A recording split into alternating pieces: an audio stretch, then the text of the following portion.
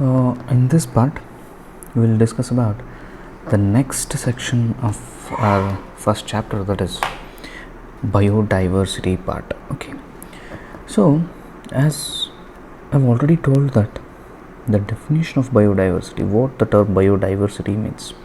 So biodiversity is nothing but variety of life forms. Biodiversity is nothing but variety of life forms.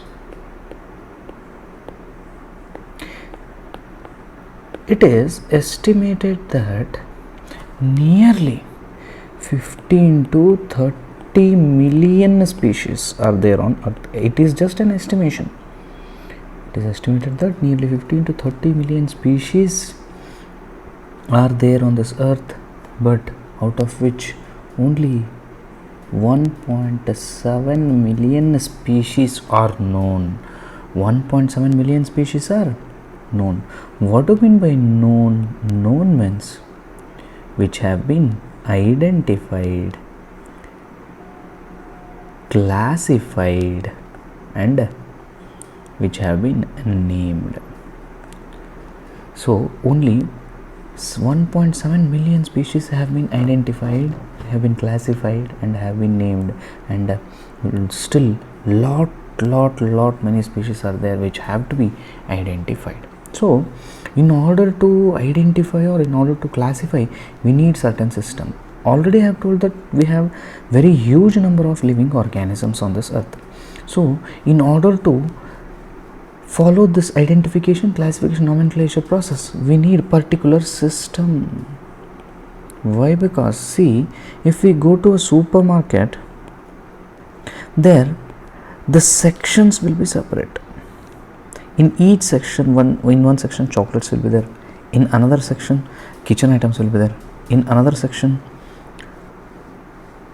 another items will be there, and in another section stationery items will be there. Like this, they have separated the so many products into various categories, so it becomes easy for picking up for the customers. In the same way, our earth has more number of species and more number of organisms. These organisms, there is a need for a particular system which helps for identification, classification, and nomenclature process. Okay, so that part is called as a taxonomy. Taxonomy, it is the branch of biology which deals with identification, classification, and nomenclature of the organism. Since our biodiversity is very huge, we need one particular system for identifying, classifying, and nomenclature process, and that problem is solved by the taxonomy.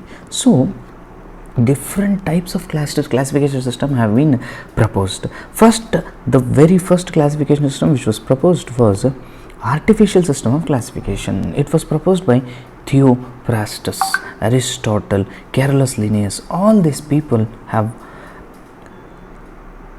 tried to identify the specimens or identify the living organisms based on certain characters. Those characters are easily recognizable characters. That means there is no any scientific basis for this classification. There is no scientific basis based upon their appearance. Say for example, if the plants are small, then they are called as herbs. If the plants are little bit taller than the herbs, then they are called as shrubs, then they are called as trees. Like this, depending upon certain very simple observable characters, these scientists have been classified the organisms, and it is this method is very easy to practice. This is the first system of classification. Next system which is evolved from artificial system is a natural system of classification.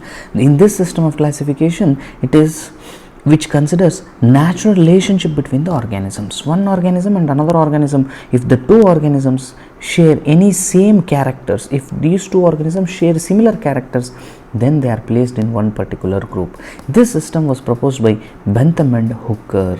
Okay, then next system which is evolved is a phylogenetic system of classification. This classification system is based on evolutionary relationship. in this natural system of classification, what happened? Two organisms which, if they are having similar characters, they were placed in one particular group. But in a phylogenetic system of classification, if the animals or organisms share same characters, though they share same characters, but when it is analyzed genetically, its genes are not showing any similarities. So this proves that though externally they are showing certain characters, but internally there is no similarities between the two organisms, hence these two organisms are placed apart. So here what is being considered here? Evolutionary relationship has been considered. Who were the forefathers, from which organisms these organisms have arrived, that aspect has been considered, and hence this is called as a phylogenetic system of classification. So as the name suggests, this biodiversity is divided into again two parts, that is taxonomy and systematics. Taxonomy is naming of organisms. Systematics is classification of organisms. Taxonomy, it just helps in naming of the organism, whereas systematics helps in classification of the organism. So this taxonomy, naming of the organism or naming of any particular organism, has to be based on certain principles. Say for example, I am here a particular plant is called by one name. I move to the another place, there this plant is called by another name.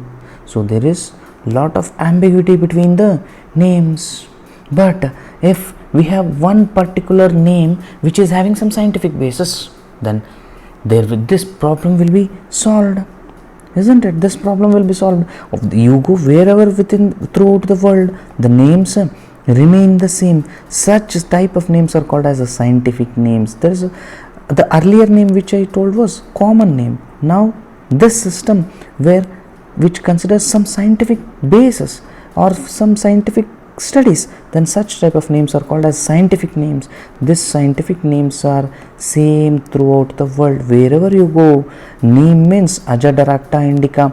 If you be in India, it is called as Ajadaracta indica. If you go to Sri Lanka, it is Ajadaracta indica. If you go to any other countries, it can be called as Ajadaracta indica only. This is the one of the important feature of scientific names. Why an organism has or should contain a scientific name is because there will be no ambiguity, there is no any disturbances in their names. So the scientific names, the rules which are framed, the scientific an organism, in order for organism to name with its scientific name, there are two institutions, they are called as ICBN and ICZN. They framed the set of rules. They framed a set of rules.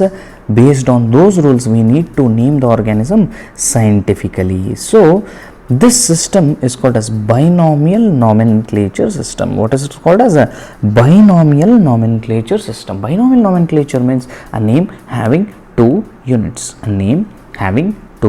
This system of classification was first founded by Linnaeus. Hence Linnaeus is called as father of binomial nomenclature.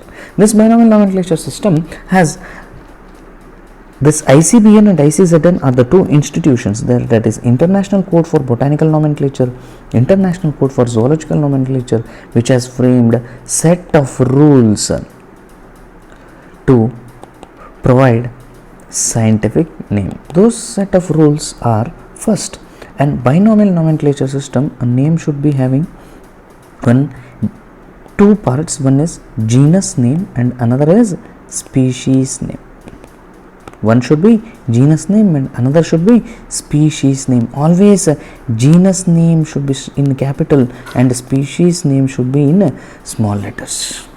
While printing, genus and species name should be printed in italics.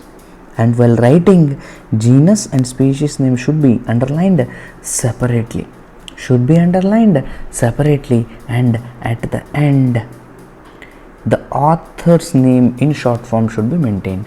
These are the set of rules which are proposed by ICBN and ICZ, and International Code for Botanical Nomenclature and International Code for Zoological Nomenclature, in order to name for an organism in a scientific way. That one is called as binomial nomenclature. Here is an example: Homo sapiens linnaeus. Okay, see here, genus name is starting with capital, species name is starting with small letter. Since they are printed in italics, and there is authority or the name of an author. This is called as taxonomy. Next one is systematics. Systematics is nothing but classification of organisms. This systematics has a unit called as taxonomical hierarchy.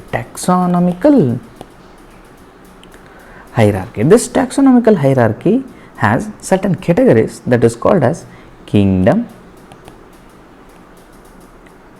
division,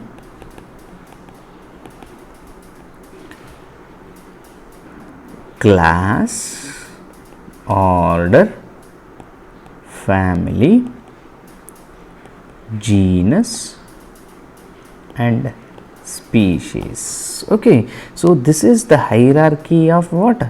This is the hierarchy of taxonomy. Firstly, we need to name an organism. This is our main goal. Our main goal is we need to name the organism. In order to name an organism, we need what? We need binomial nomenclature. We need what? Binomial nomenclature. In binomial nomenclature, there is a genus name, there is a species name. In order to find a genus name and species name, first we need to classify it. An organism need to be classified, then only we will get a classification, then only we will get a genus name and species name. So in order to classify, first we need to follow certain hierarchy called as taxonomical hierarchy. Within this hierarchy consists of at the topmost level there is a unit called as kingdom. Next there is division. Next there is class. Next there is order. Next to order there is class. Next to class there is family. Next to family there is genus. Next to genus there is species. See here, our aim is to name an organism. In order to name an organism, we need to know genus and species. If we want to know genus and species, then first we need to classify the organisms according to their taxonomical hierarchy. So if we follow the classification taxonomical hierarchical system, then we will reach to genus and species, then we can easily name an organism. So these both taxonomy and systematics are interdependent on one another. They are interdependent on one another. Next one is this.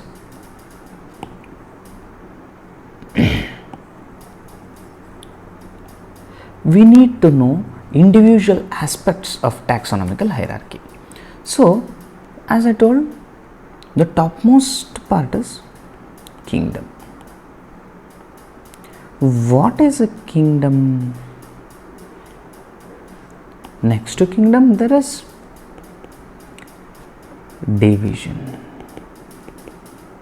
Next to division there is class. Next to class there is order, family, genus, species.